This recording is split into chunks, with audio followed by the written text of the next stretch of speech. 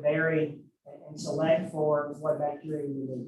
So if you need an anoxic zone up front because you're treating to a nitrate limit, you have to have an aeration period to nitrify, to get the ammonia reduced to nitrate, and then you have to have an anoxic period to get the nitrate reduced to nitrogen gas. And so you can do that in one volume with an SBR. The other option would be another activated sludge type, would be maybe a conventional plant that you might have seen. You have an aeration basin, and separate from that, you have a clarifier. And so then flow would come from the aeration basin where all of your oxygen or your anoxic environment is created. Go into this clarifier, and that's where you settle your solids, and you would pump those solids back to the heavy flow. So either one of those is a viable option. An oxidation ditch is a form of that, and so probably the cheapest alternative. Again, this is all preliminary and budgetary, but the cheapest alternative is likely to be an SBR, simply because we have less concrete to construct. We're doing everything in one basis. So typically, the SBR is the cheapest. An oxidation ditch is competitive, and then you can get more expensive from there. But basically, to boil it down, so you kind of get the high points. The activated sludge system is flexible. So let's say in 4 years, you get your permit in September. In 4 years, we have a PRC and we have an ammonia. So maybe for 4 years, we could have met everything okay with the upgrade or benches. Let's say the next cycle, they add a total nitrogen. So that means you have to reduce, that's ammonia plus nitrate plus nitrite, all forms of nitrogen. So you have to reduce those forms as well. And you really don't have a way to do that in the beginning. You have to add some kind of tertiary filter. You have to do something on site. Additional money to be spent to meet that future permit limit. However, if you went with, say, an SBR, all you would need to do is incorporate an anoxic cycle within the SBR treatment process. And so all it is a matter of how long the aerators stay on, when they turn off, and how you're filling it. And so you can change your cycle, and so there's no additional expense other than a change to your cycle.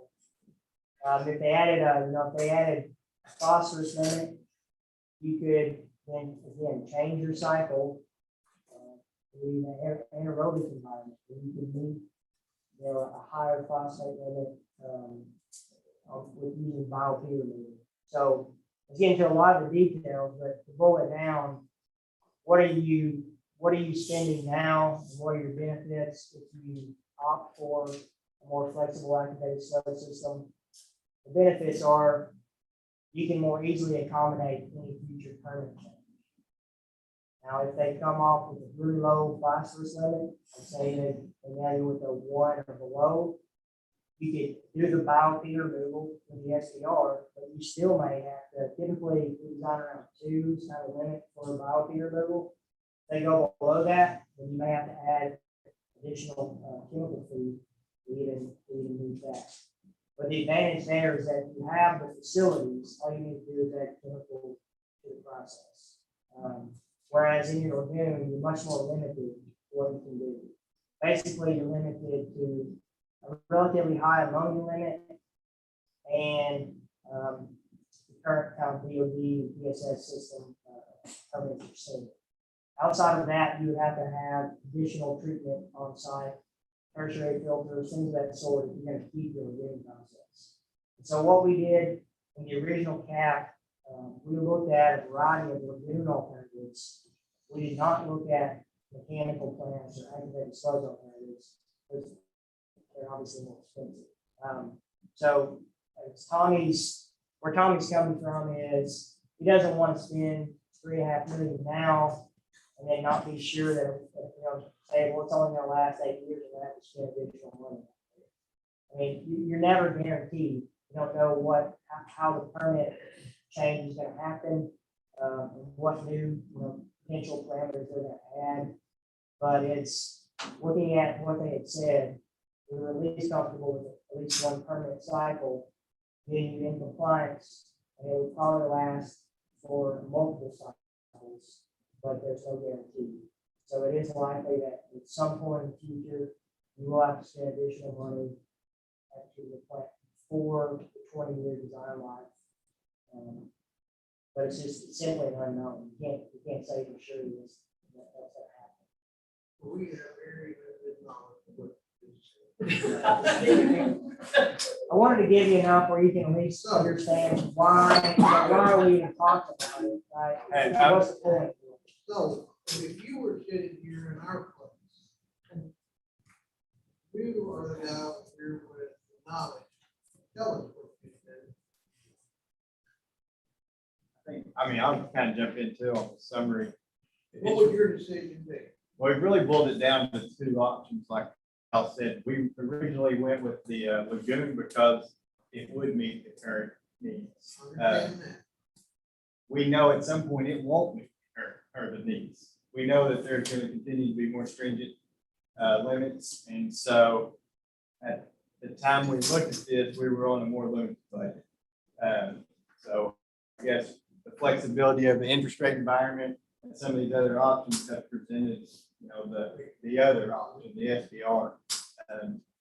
That's the safe route forward if you can afford it, because it takes into account all the future limits that you should get. We should be able to reliably treat that moving forward. Put you in a more forward-looking position. You won't have to kind of change directions. That's the only thing we want you to be aware of. If you choose the $3.5 million option, there is no guarantee as to how long that will last. It's dependent on the regulatory agency and what limits they push down.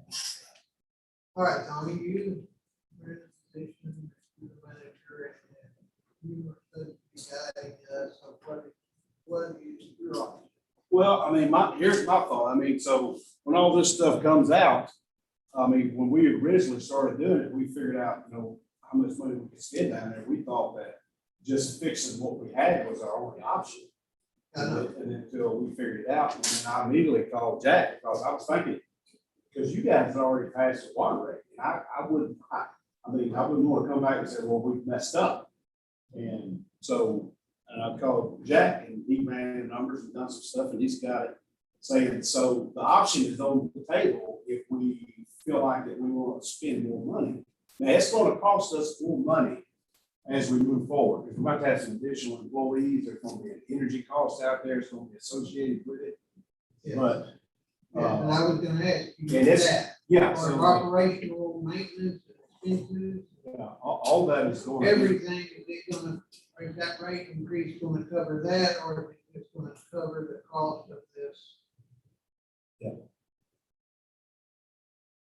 I mean, so whenever they put together our water and sewer rate increase, CWB put that together, and it was based up on, we painted the tank, we did some stuff with water, we had a lot of stuff that we were looking to do. We did include the operational. We increased our O&M costs based on the aerators that were sized for the big option. So if you look at the last sheet, that's really what you need to focus on. It says summary. So $3.5 million project costs. That was what the original design. We sent it to ADQ. That was to basically meet the current permit plus what they responded with in terms of future permit change. Now they're only going to go out to the next cycle. They're not going to give you past their 4 years. So it is likely that, I think we're confident that 8 years, that would get you 8 years. So, but after 8 years, that's 2 cycles. So you've been reporting phosphorus and nitrate for 2 cycles already. Yes. They're going to add the TRC, which you have to report the next cycle, and then immediately you're going to add a TRC limit. So we had plans for the UV. But then as far as the nitrate, you've already been reporting two cycles. They didn't indicate, they only indicated ammonia, not nitrate. So that's the information we used. Said, well, that we're confident that this is the limit for 8 years out. And so you're paying $3.5 million, but in 8 years, you might have to pay another 4 or 5 million or whatever it is. What depends on what they added.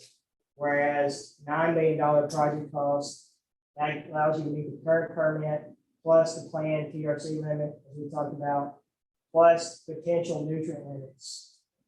And those would cover, and that basically would cover the nitrate, the ammonia and the nitrate, and the bio-P, which is the phosphorus, to a level.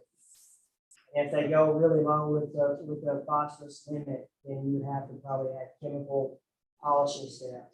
But that's basically what you're looking at.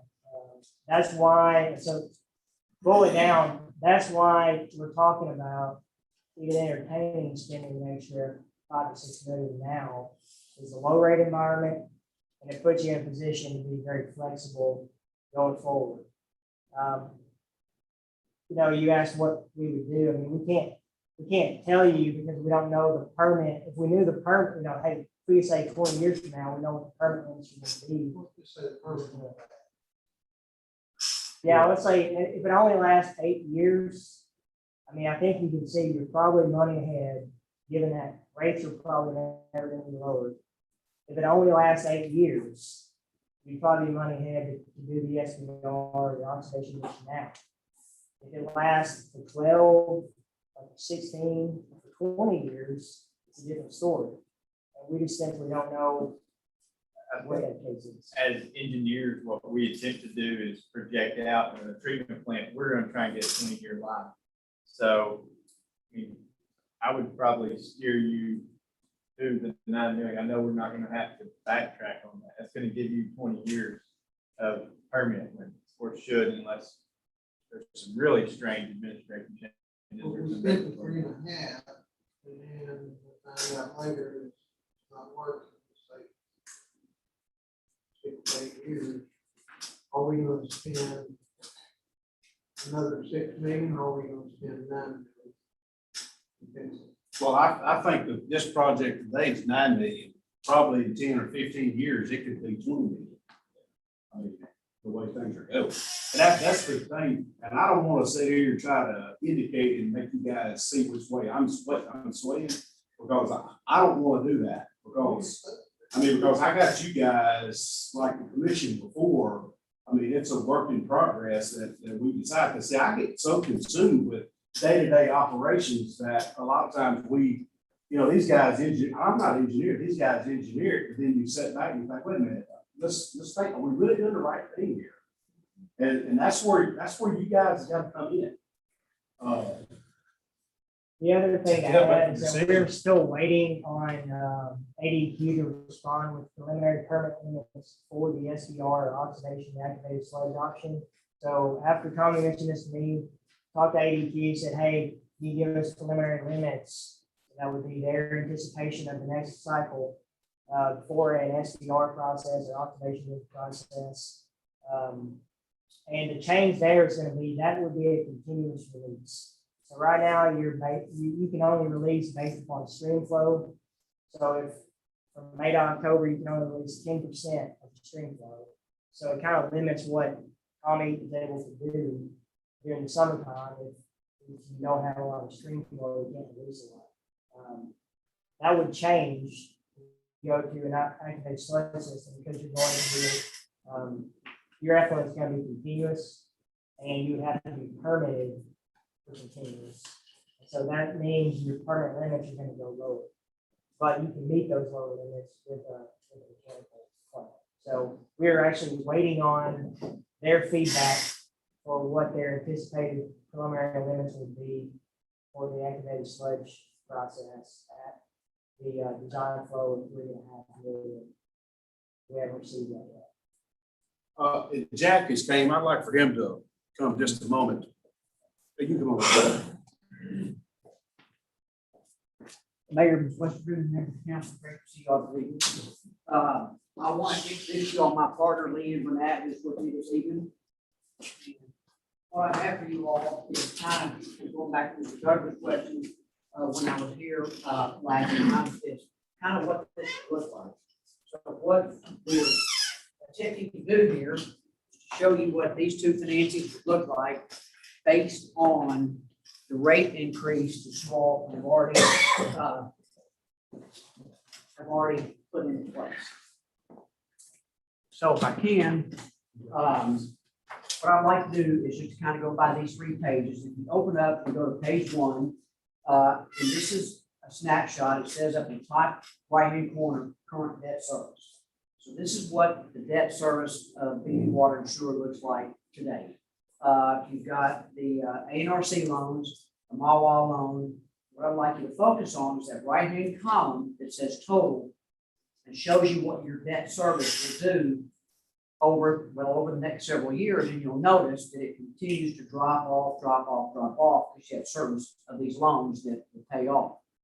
So what we're trying to do is to capitalize on these drop-offs in debt service. So I really wanted you all to kind of see what you look like today while we show you what these 2 options look like. Are there any questions on this first page? If you go to page 2, this is what we're calling option 1. And I want to focus on everything that is highlighted in blue.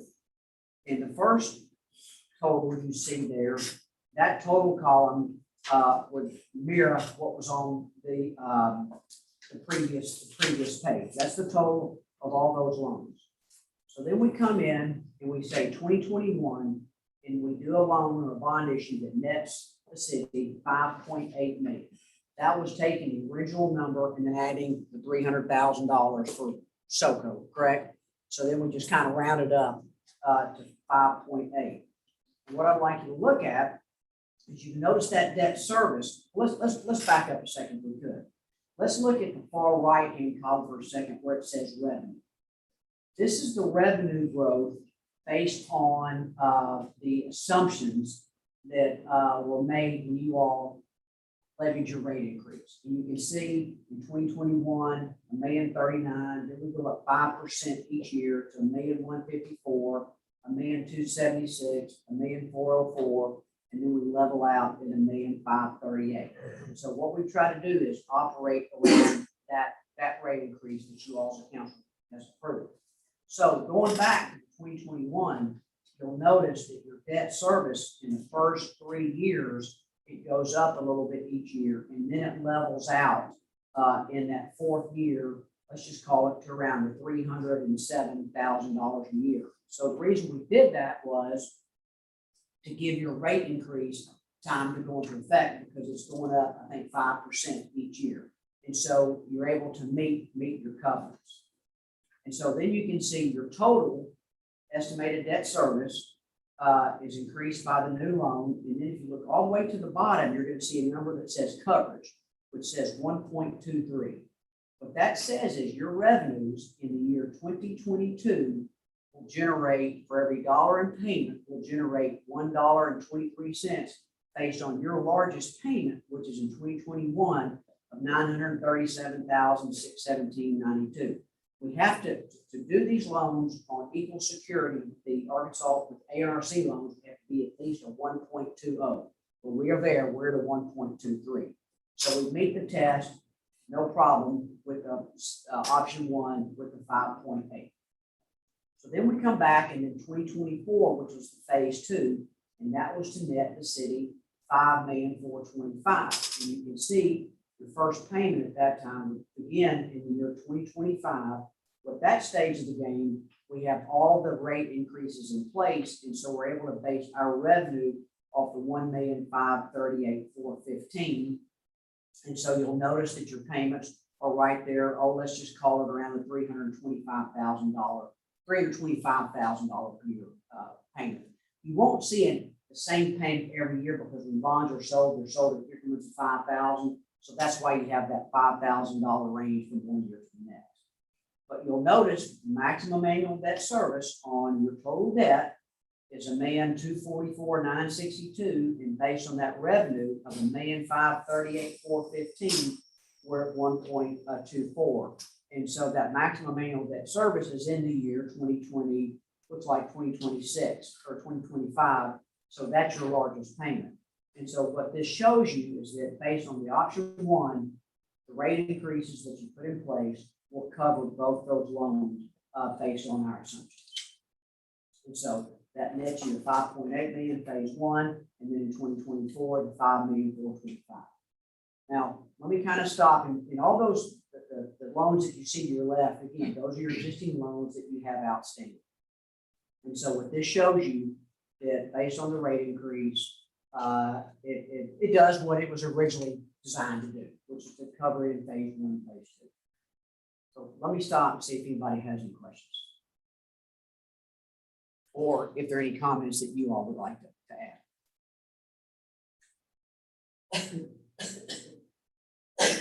You want me to go to page 3 and then we can come back?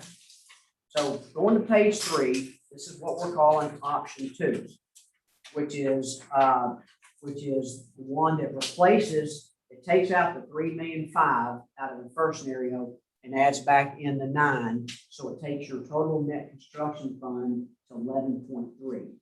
Now, what I want you to notice is that you'll see that in this particular scenario, looking to your left, I want you to look at the loans 2006, 2008, 2010A, and 2010B.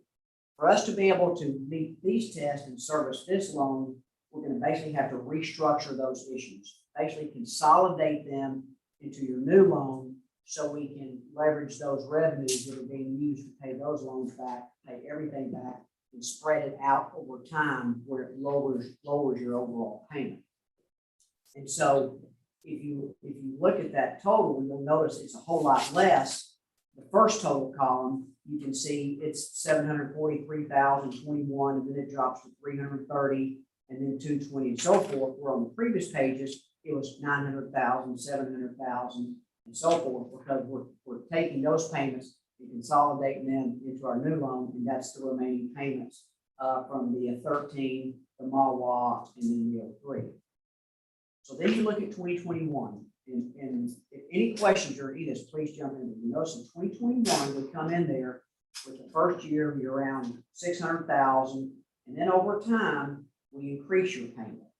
But we're doing that because one, your 2003 loan was paid off, and then your 13 loan pays off, but it gives you time for your revenues based on your rate increase to go into effect. And so you'll notice that your largest payment in the 2021 loan is $932,700, and then you take your revenues, and we're at 1.24 times coverage rate. So again, we test that we can go on equal security with the ARC loans. And then we come in with the 2024 loan, which again, that number hasn't changed. That nets 5,425,000. What I'd like you to notice is that your payments on that loan are around the $290,000 range until the very end. And then they jump up to the $860,000 range, again, because other loans have paid off, but we are able to meet your test based on the revenues generated from the rate increase. And you'll see that the largest payment, which is in the year, now it's hard for me to read, it's like 2047, $1,170,000, you're at a 1.3 times coverage ratio. So for every dollar in payment, you have $1.31 of revenue coming in. Now that's assuming, based on the assumptions today, that assumes no additional customers, no additional rate users and things of that nature.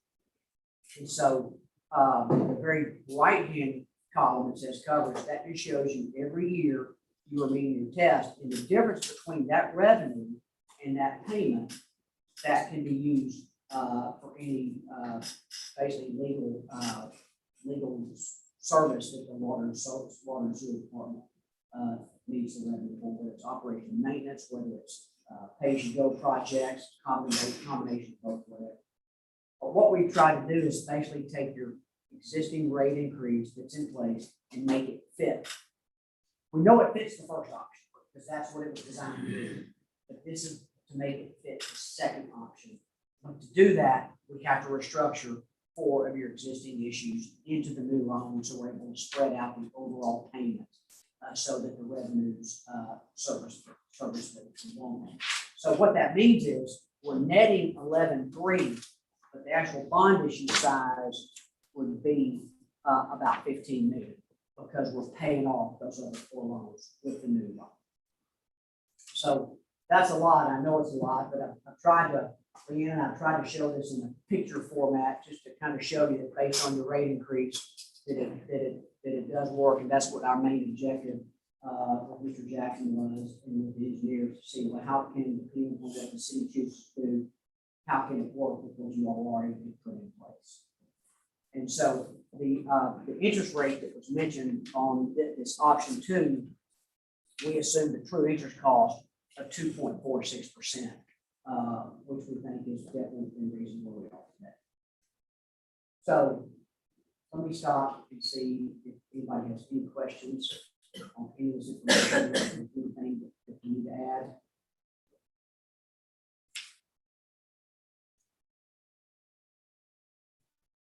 I got a question. Yes. So I'm kind of confused. If we do, I'm not sure it's gonna be for you as much as it's gonna be for me. If we do say we stick with option 1, and then the first, 2021, the 5.8, gets the lagoon stuff up. Replenish my memory or refresh my memory about the 2024, what was that gonna entitle? What was all gonna be in? Most of the collection system work, collection system we had with RCI, So- some water. Well, my question is, if you put in the new plant, you still gotta do all that? Yes, here's the capital improvement plan. We're kind of doing. Look at those flows, flow study, second sheet. You can see right now, you've got peaks of 7 NGV coming into the plant. Yeah. And so you have a lot of equalization basically for particular members, but you also have a lot of housing growth to come earlier. And so we looked at here at flow study, okay, well, we can try to capture some of the keys of what is our monthly average going to be. You can see that if you take it out to 24, you just take 3. So we're looking at a 3.5 design flow for the 20 design, and that's including I&I reduction. If you had no I&I reduction, you would have 7 dB. So that was why we still need the I&I reduction to like the system tighten it up. But, and so that's why we lowered that treatment, the design treatment flow to 3.5 rather than 7. Okay, and Mr. Duggar, also there's 2 phases to this consent administrative order. There's a collection system side and the treatment side.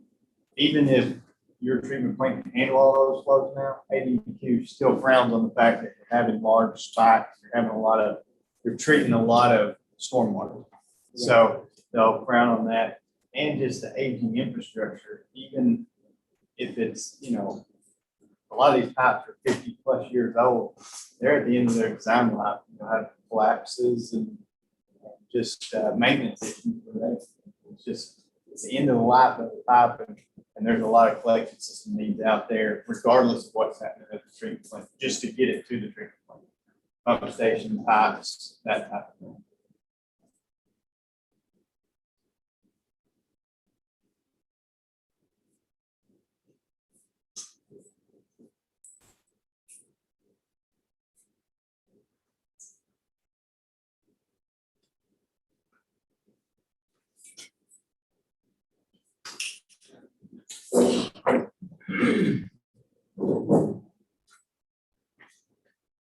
Tommy, what do you want to go with the 9 million? Don't patch it, good. Well, I mean, I believe, there's gonna come a point where we're gonna have to build a mechanical treatment plant. And so, and I have been trying to avoid that as long as possible, just because it's just costs a lot to run. It's just additional fees and stuff, so, just trying to make do as long as we can.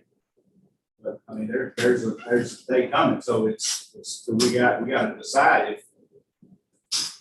I think Mike kind of touched on that question earlier, though. Are those numbers built into the cost of operations? I think Maintenance.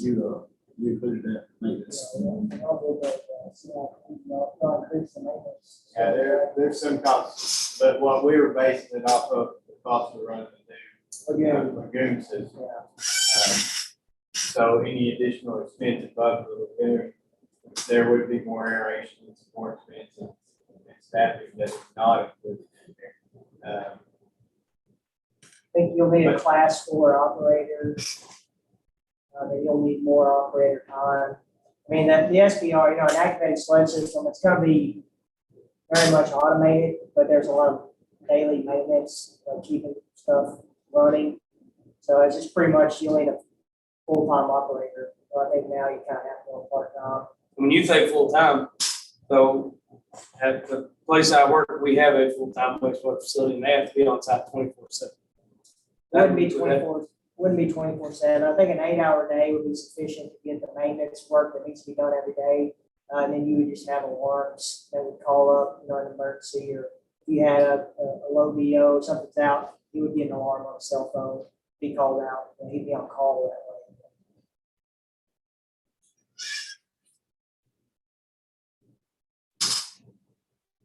Timeframe on a new system up and running.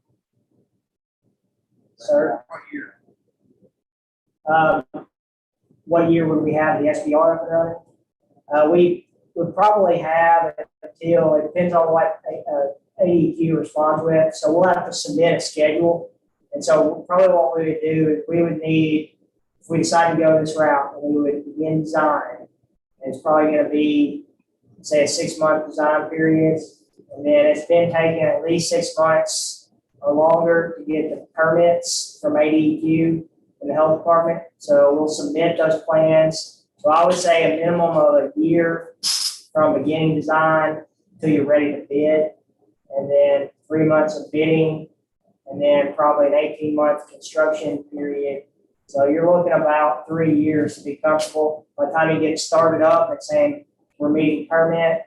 So if we submit a schedule, we're probably going to give ourselves 3 years from when we submit the schedule for them to approve and say, okay, you submitted, now that you'll have till, say, the middle of 2024 to meet compliance. And where was the treatment plant be located? It'd be the same spot. You wouldn't need any new land. Everything would be right there on site.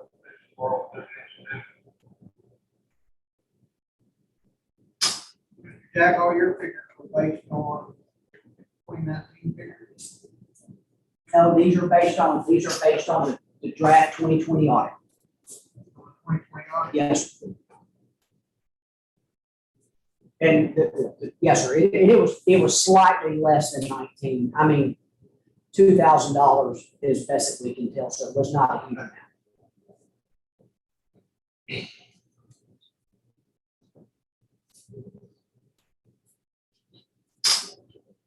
And Mayor, it did not include, well, I'll take that back. These numbers did include the rate increase, but we used the expense of the 2020 audit, and we used the depreciation of the 2020 audit and the other revenues. But the revenue growth was based on the rate increase.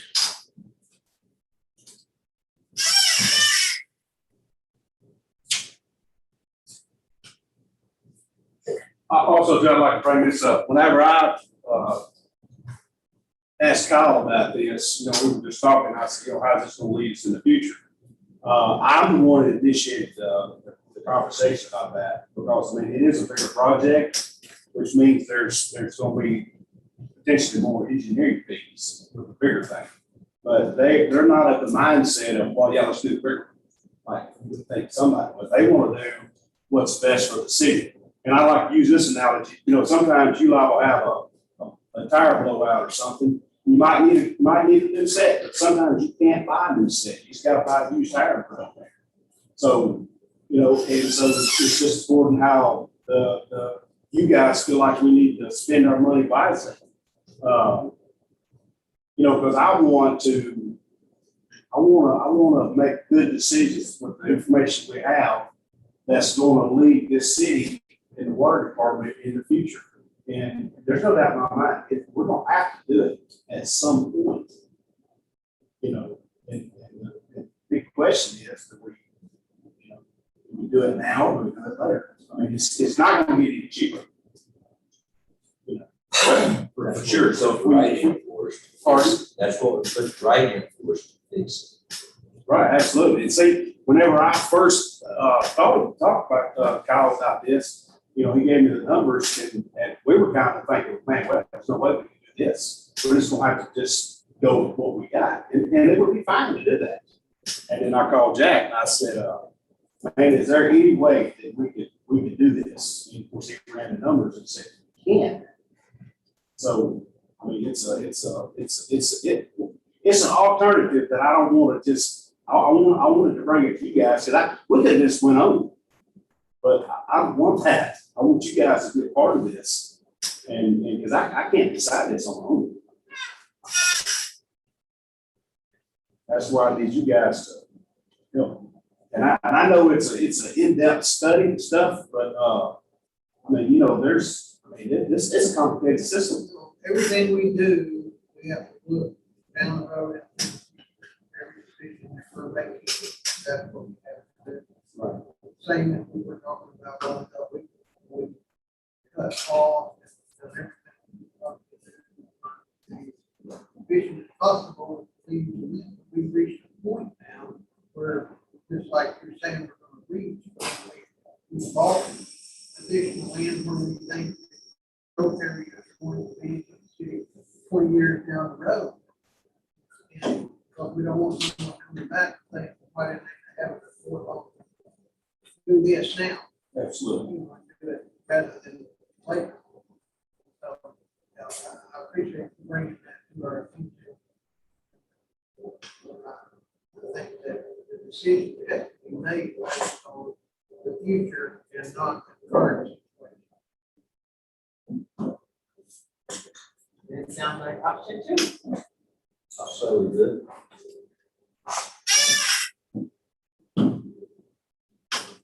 Motion. Or option two. Second motion. Oh, well.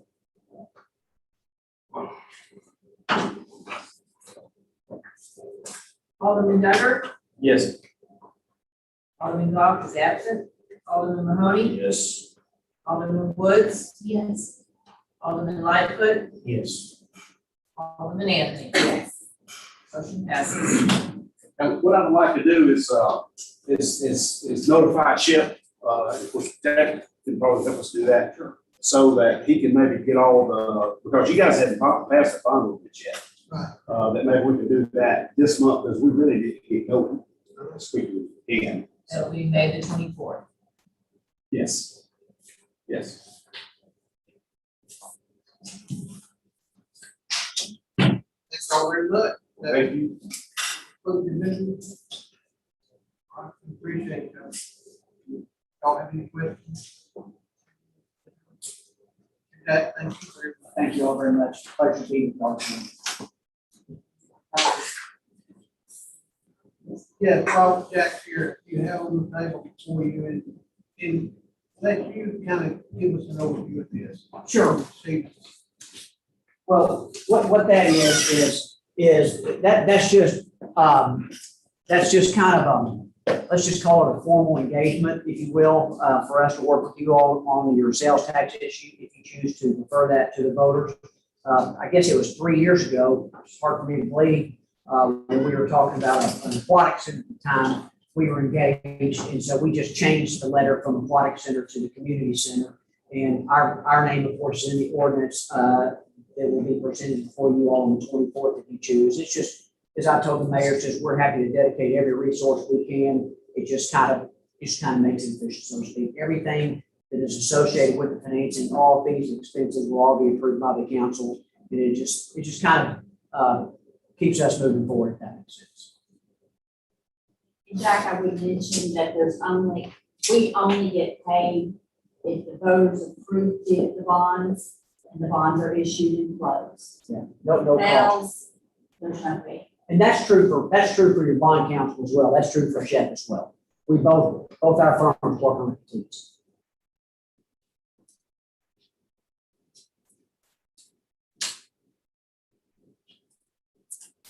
Need a motion to allow the mayor to sign the service agreement. So moved. Second. Alderman Duggar. Yes. Alderman Mahoney. Yes. Alderman Woods. Yes. Alderman Lightfoot. Yes. Alderman Anthony. Yes. Thank you all very much. All right. Can I just show y'all something just real quick out of the odd? So I was cleaning out my office the other day and I found a newspaper dated July 23rd, 1999. And in the picture, Shep Russell and me, along, and it's at a city council meeting here in Beebe, Arkansas. And in the middle is Ryan Bowman. Y'all met Ryan before. And at the time, Ryan was being recruited by the Friday firm as a bond lawyer who's since been hired, who has now become Shep's boss. So you just don't ever know what's going to happen over time. And so the photographer's sitting right over there, but I just got, this looks pretty good, you know, no yelling, but anyway, I just thought y'all might like to see it. So anyway, thank you very much.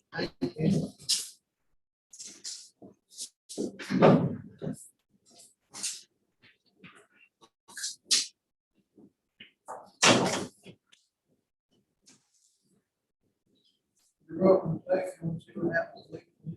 Before you go. We'll head south, as I say. Thank you all very much.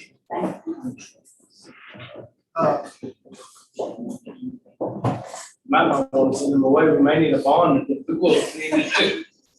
Well, you know, Matt, all ago you said something about $2. So $2, assume it's 3,000, that's 6,000, that's $72,000 a year. That's assume that a truck and a box and everything it goes with it is $150,000. And everything's an assumption that we're gonna, figure that on a 5-year. So that's $30,000 a year we would need for a payment. And we'll assume that it would cost us $13,000 in disposal fees, so I figured it on 26 weeks rather than 52. So I'm sure that that's pretty low, and I figured it based on the cost of dropping it.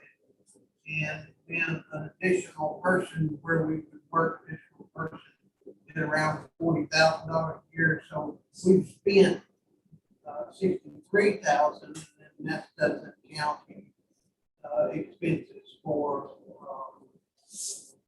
fuel or anything like that, or any additional fees. So I'm just telling you that that is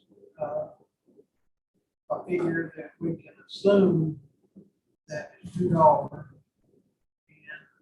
I'm not sure that it could cover all of these. It's not going to cover our spend any of what we're incurring right now, but additional expense. I don't know that, and you're going to have CDL personnel in addition to what we do not have right now. We're going to have that personnel that can, so hire would have to be someone that can have a CDL license also.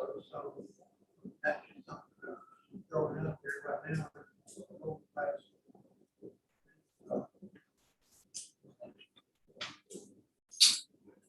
So if we just stop it, we just stop it. Well, Well, I know what's gonna happen.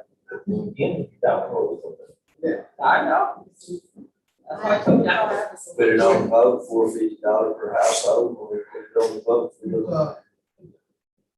$54 and $4.50 a year. It's $54 a household.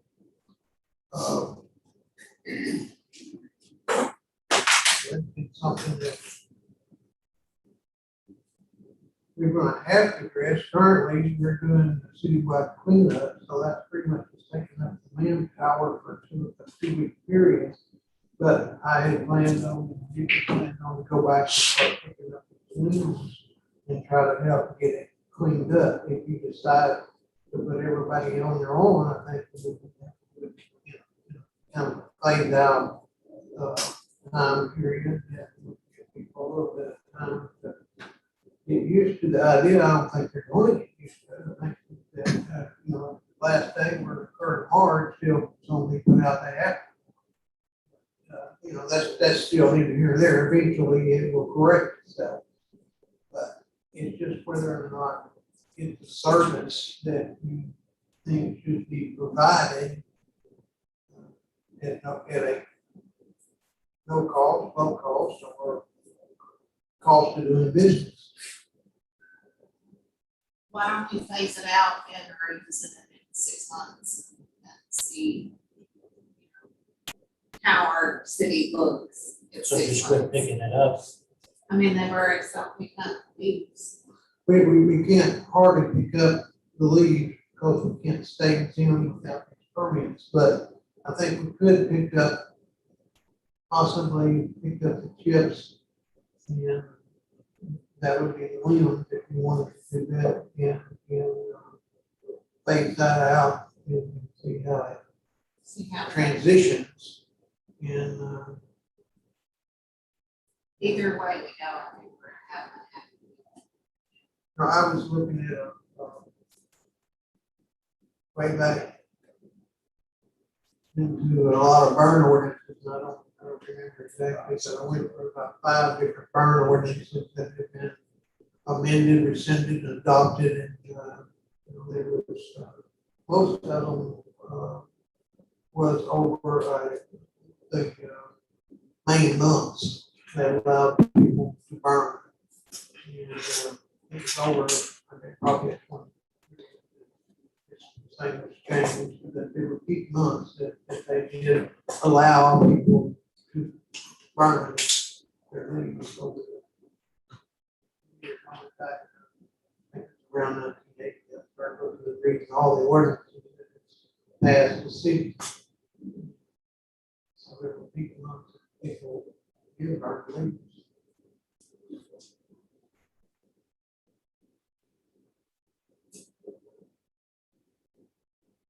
It just makes me a little nervous. Just not doing it. Now, it's all good.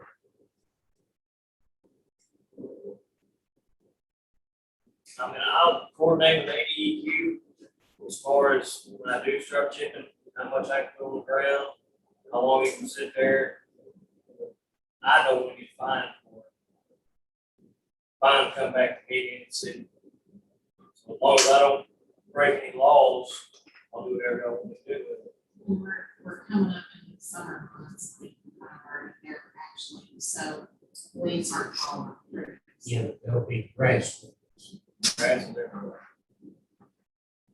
The people that do lawn service, they sweep the lawn to the roadside. I've got a brag about that. It's a $500 job. We did all the stuff. Those are straight. I probably would tell them, I'm saying, that free.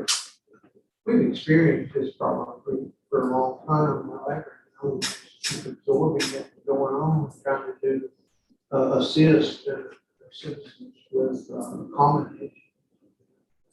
There comes a time when you have to quit. It's more, It's coming time. you know, it's just. We had somebody, Understand so much. Milton had a lot. And, we had, one time, and then you got it expired, we went over the 550 car. We can't holler at the playground and see. I put it over there because it's supposed to. Oh, no, I'm just saying.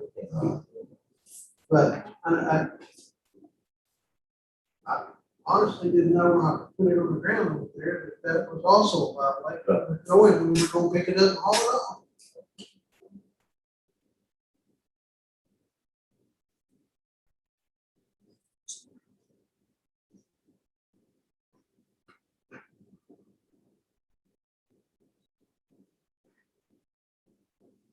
thing. I know whatever we gotta do, we gotta let people know about it in more ways, on Facebook. Yeah, and I agree with that. Well, I've had in front of Nick's coffee shop. Yeah. Certain people says it's okay, certain people like that, why I'm gonna leave it. We agree. We gotta let it know, be known, and we go back and tell the stuff that's out there right now. And what the decision is before we pick it up. And here,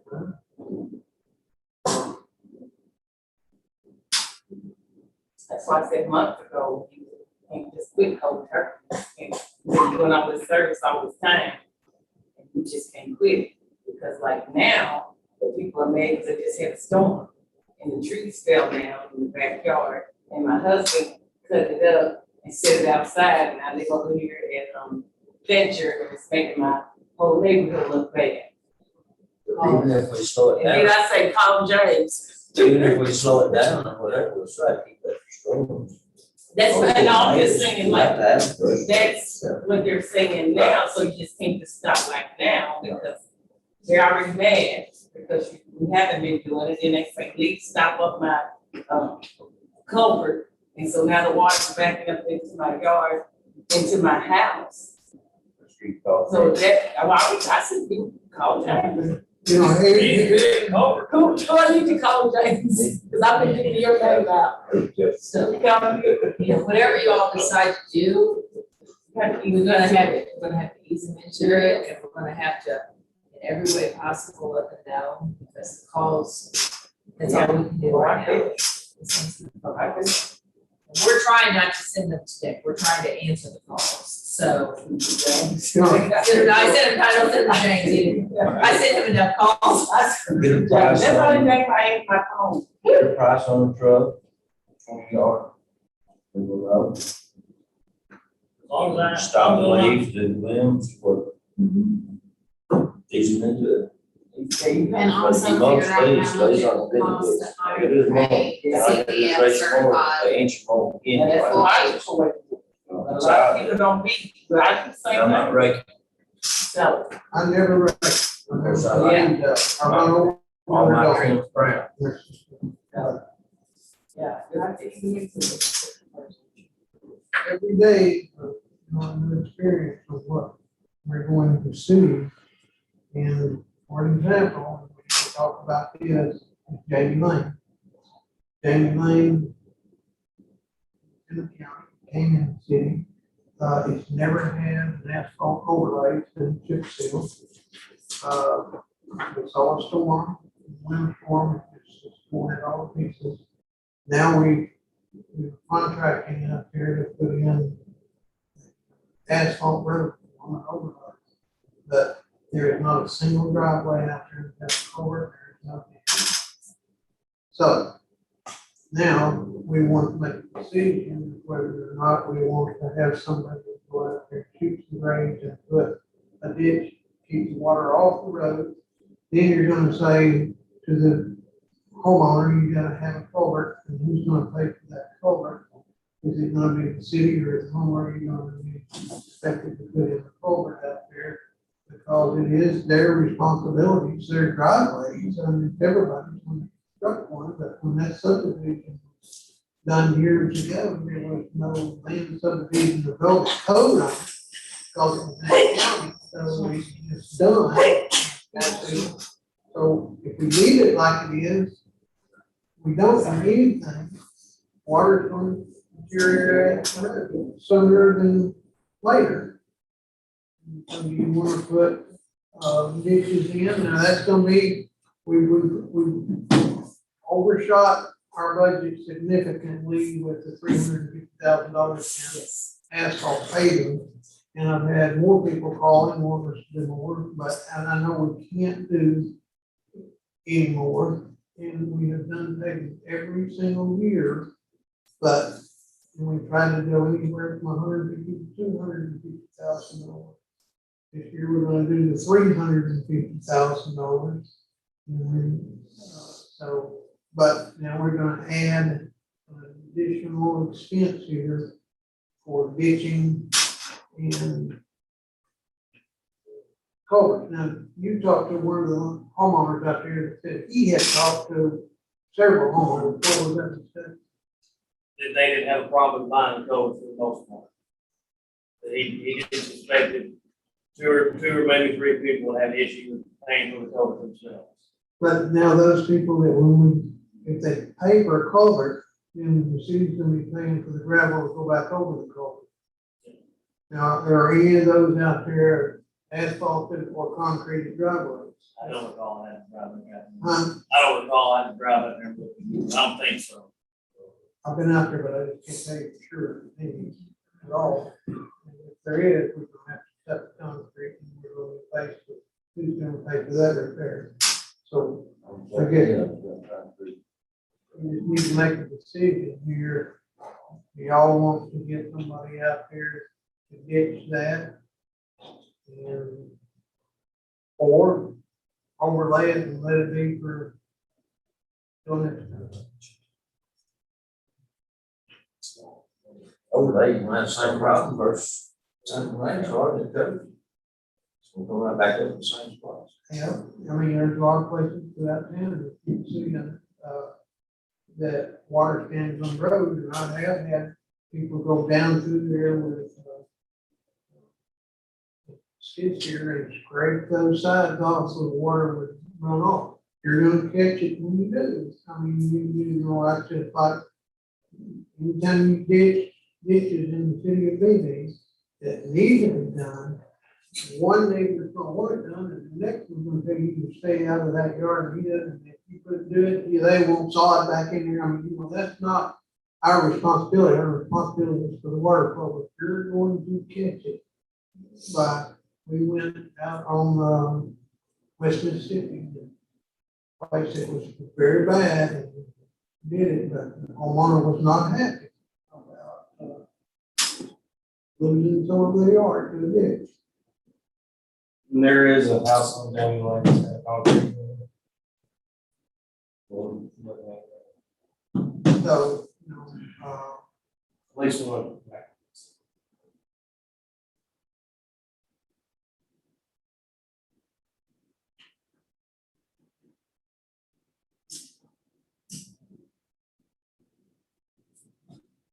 What do you think, Nick? I think you need to ditch it. You need to ditch it before asphalt. see us spend $30,000.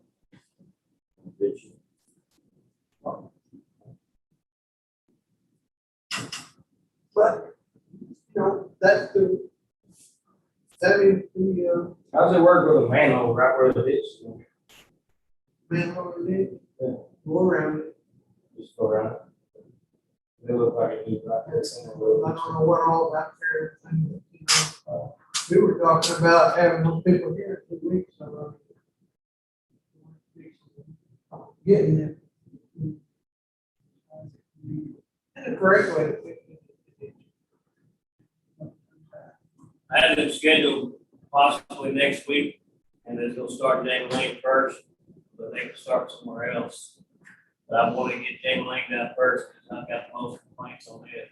It is worse. You tell them how wide the culvert had to be? Yes, 12 inch. Yeah, did you tell them, I mean, we need to get that information out to them. Code is 12 inch. Okay. I don't want to got concrete that doesn't hold it. So the one that's concrete in has a culvert already. They probably did that first.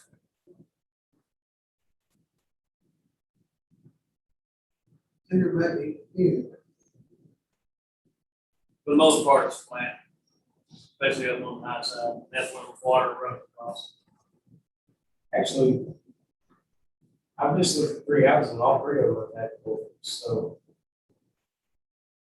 They're all right here by this little creek. And it looks like they got a ditch going into that little creek. For the most part. But if you go back up close to the dead end, where Jim Barton lives, that's where the water. Yeah, where the road was, I mean. And all that water runs down, the ditch starts deep enough to get it off, so it covers Jamie Lane.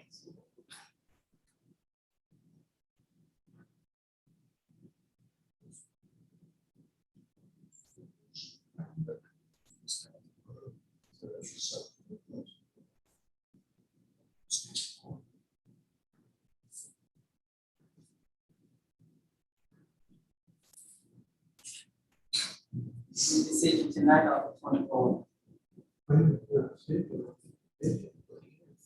Y'all wanna do it or don't wanna do it? Or- I think there's no sense in doing, you know, part of the job. You gotta do the whole job. There's a motion on the second. Make motion on second. Just get your ditches and the culverts, there you go. That's the way I'm looking for it. Takes probably what you're gonna end up having to.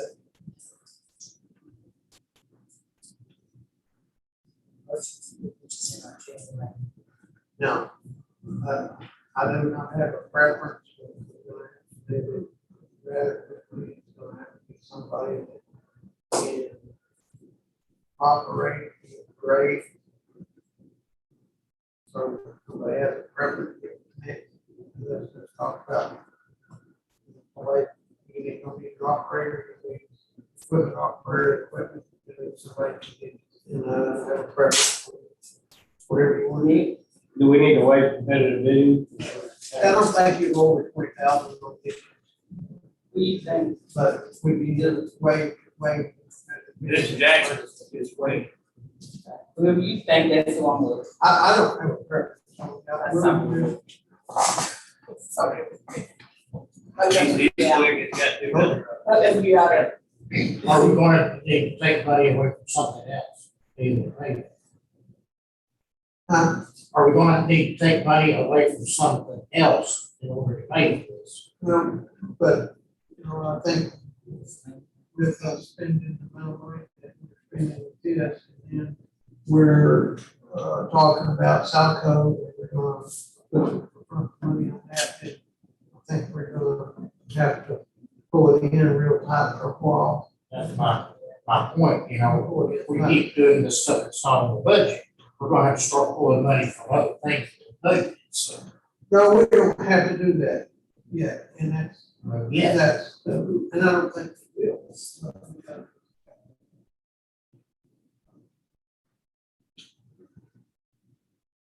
After they bring the ordinance in for the municipal bond on the 24th, how long will that take for that to go through? Probably 6 months. 6 months to get over. At least 6 months before we get our money back on that. That's okay. I've never done them. I've been involved in it. I attended. I'll have it. I mean, I'll have y'all look where we're at compared to on the budget. Maybe. That budget doesn't matter in this particular instance. I know, but the budget is going to be closed already. We start looking at our budget, and we're going to say we can't afford to do this. But we look at income versus expenses because we already have line items. Our balance as of today, and we say we've got $1.9 million, and we can afford to pull from reserve. And as long as we're not spending more, we're taking that in without bringing that reserve back up. So I will tell you that the street fund is in really, really good shape right now. So. It faces every penny you can, every which way. So one last thing, as long as I don't break ADEQ requirements on chips on the ground, everybody's good with that. Stop before you do. We'll just get over there and get along. So Pick up where it's been done. what was that, what was your question? I just want to make sure, because if I get to where I can't put more on the ground, I don't want homeowners getting angry at me for not picking them up again. Without seeing them.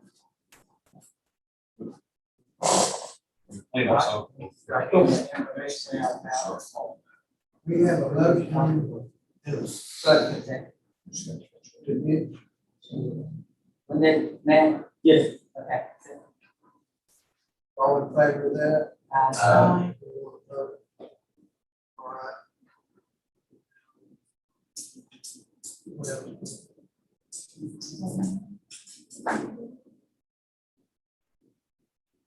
But we're gonna get the figures for trucks and such.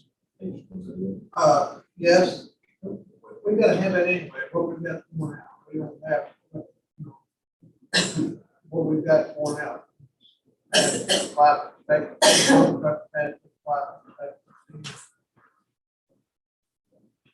But, okay, we're talking about one back in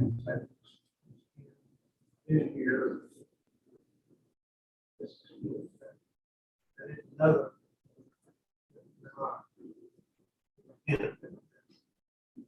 That will be, evident. Think about that. We let this along to get a run back from the bond. Or we want to get the price figured.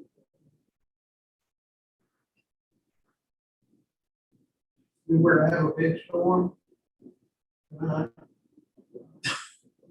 At $400,000 to $500,000 worth of legal, that's what it costs. The city will have to pay for that up front, even if we get back money from the government, as we have in the past, we had to pay we had to front $400,000. We had to wait for it to be refunded. Those things, that's unexpected, it can happen, and that's why over the years, we've tried to build a reserve. I don't think it's supposed to take the taxpayers' money and sit on it, and just let it build, supposed to do something with the money that's gonna complement the city and citizens, but also we've got to build enough reserve to have things like this.